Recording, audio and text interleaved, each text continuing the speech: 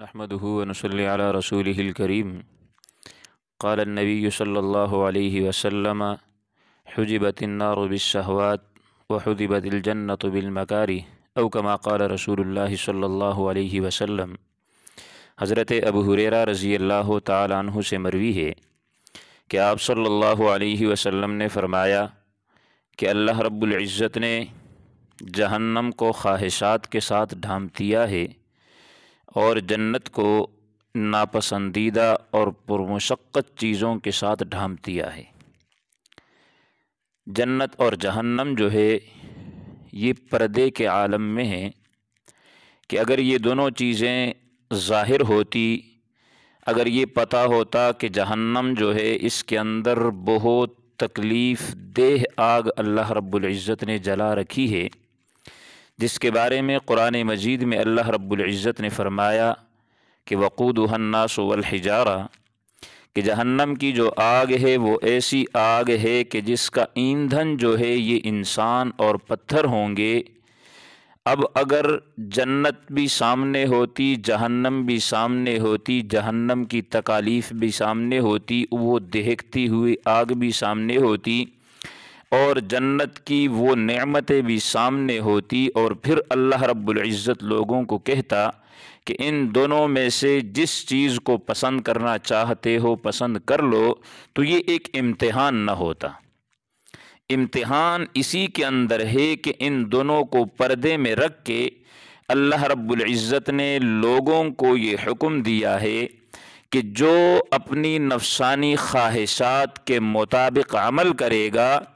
جو اپنی نفسانی خواہشات کے مطابق زندگی گزارے گا، جو اس کے من میں آئے گا اس کے مطابق وہ کرے گا۔ من میں آیا، نفس نے کہہ دیا زنا کر لو، اس نے زنا کر لی۔ نفس نے کہہ دیا شراب پیو، اس نے شراب پی۔ نفس نے کہہ دیا کہ چوری کرو، یہ چوری کرتا رہا۔ نفس نے اسے اللہ کی نافرمانی پر ابھارا، یہ اللہ کی نافرمانیوں کے مطابق گناہوں سے لذت لیتا رہا، جو ایک ظاہری وقتی اور فنا ہونے والی لذت تھی۔ اگر یہ اس کے مطابق اپنی زندگی گزارتا رہا تو گویا کہ یہ ایک ایسے راستے پہ چل رہا ہے جو راستہ سیدھا اسے جہنم کی طرف لے جا رہا ہے۔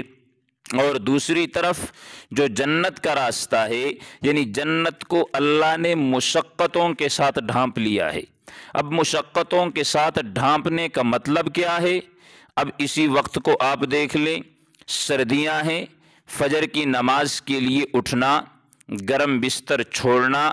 ٹھنڈے پانی سے وضو کرنا، پھر مسجد میں آ کے سردی میں نماز پڑھنا، تو یہ انتہائی مشقت والا کام ہے۔ لیکن اس مشقت والے کام کو اگر انسان کرتا ہے، نفس نے کہا کہ شراب پی لے، اس نے کہا نہیں اللہ نے اس کو حرام کیا ہے۔ نفس نے کہا زنا کر لو، اس نے کہا نہیں اللہ نے اس کو حرام کیا ہے۔ نفس نے کہا چوری کر لو، اس نے کہا نہیں اللہ نے اس کو حرام کیا ہے۔ یعنی جو چیزیں شریعت کے خلاف ہو، احکامات خداوندی کے مطابق نہ ہو، یہ ان چیزوں میں نفس کو ٹھکرا کر اللہ کی رضا پہ عمل کرتا ہے، تو یہ ایک ایسے راستے پہ چل چکا ہے کہ جو راستہ اسے سیدھا جنت کی طرف لے کے جائے گا۔ اب اس پہ آپ دیکھیں کہ جنت کو اللہ رب العزت نے مشقتوں کے ساتھ ڈھانپ دیا ہے۔ آپ انبیاء کرام کی زندگیوں کو دیکھیں کہ حضرات انبیاء کرام کو کتنی تکالیفیں پہنچائی گئی۔ حضرت ابراہیم کو آگ میں ڈالا گیا،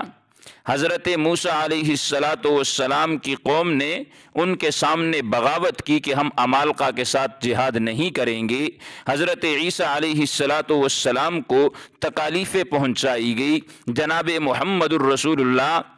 صلی اللہ علیہ وسلم کو طائف کی وادیوں میں پتھر مارے گئے۔ اب جنت میں جانا یہ آسان نہیں، یہ مشکل لگتا ہے۔ نفس کے خلاف کام کرنا یہ انتہائی مشقت والا کام ہے کہ ہم اپنے نفس کو پیچھے چھوڑ کر اللہ اور اس کے رسول کی رضا کو سامنے لائیں، ہم گناہوں کی لذت کو چھوڑ دیں، اسے محسوس نہ کریں، تو اس صورت کے اندر میرے بھائی دنیا کے اندر بھی اللہ کامیاب فرمائیں گے، آخرت کے اندر بھی اللہ رب العزت کامیاب فرمائیں گے۔ اب یہ دیکھیں،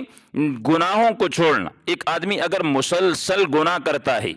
اس کا نفس گناہوں پہ اس قدر آمادہ ہو چکا ہے کہ اب یہ گناہ چھوڑنا چاہتا ہے لیکن یہ گناہ چھوڑ نہیں سکتا۔ اس پر علامہ بوصیری رحمۃ اللہ علیہ، یہ وہ بزرگ ہیں کہ جنہوں نے قصیدہ بردہ شریف لکھا تھا، وہ فرماتے ہیں کہ نفس کی جو مثال ہے یہ دودھ پیتے بچے کی طرح ہے، کہ جس طرح جب ایک بچہ دودھ پیتا ہے، اس کی جب دودھ پینے کی مدت پوری ہو جاتی ہے تو اس کی ماں کی یہ کوشش ہوتی ہے کہ اس سے دودھ چھڑائے۔ جب ماں دودھ چھڑاتی ہے، وہ بچہ روتا ہے،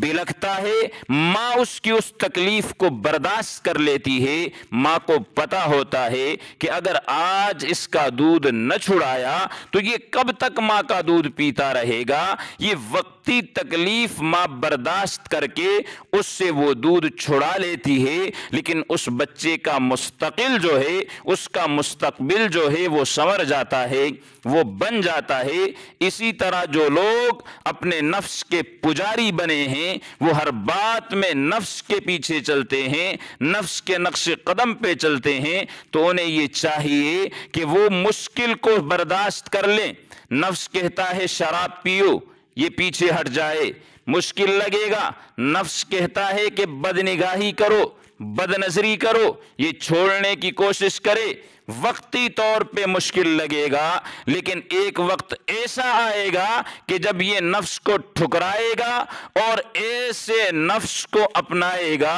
کہ جو کل قیامت کے دن جس کے بارے میں اللہ رب العزت اعلان فرمائیں گے کہ یا ایتھا النفس المطمئنہ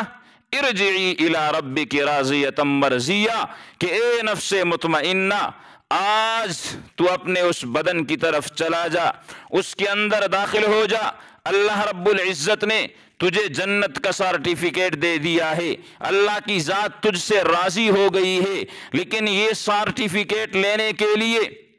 جنت میں داخلے کا ٹکٹ لینے کے لیے، جنت میں داخلے کے لیے اپنے آپ کو تیار کرنے کے لیے ہمیں دنیا کے اندر اپنی نفسانی خواہشات کو چھوڑنا ہوگا، ہمیں دنیا کے اندر گناہوں کی ظاہری لذت کو چھوڑنا ہوگا، اور نیکیوں کی ہمیشہ کی جو لذت ہے، ہمیشہ کی جو لذت ہے جس کے بارے میں اللہ نے کہا کہ گناہوں کی ظاہری جو لذت ہے اس سے انسان کو کچھ نہیں ملتا، نہ اس کو دنیا میں سکون ملتا ہے، نہ زندگی میں سکون ملتا ہے۔ سکون اگر ہے تو وہ ایک ہی چیز کے اندر ہے، اور وہ ہے الا بذکر اللہ تطمئن القلوب، کہ اپنے دلوں کو اللہ کے ذکر سے منور کر دو، اس لیے کہ اللہ کا ذکر ہی ایک ایسی بڑی نعمت ہے کہ جس کے ذریعے سے دلوں کو سکون ملتا ہے۔ اللہ رب العزت سے دعا ہے کہ اللہ ہمیں گناہوں سے بچنے کی اور نیک اعمال کرنے کی توفیق عطا فرمائے۔ وآخر دعوانا ان الحمد للہ رب العالمین۔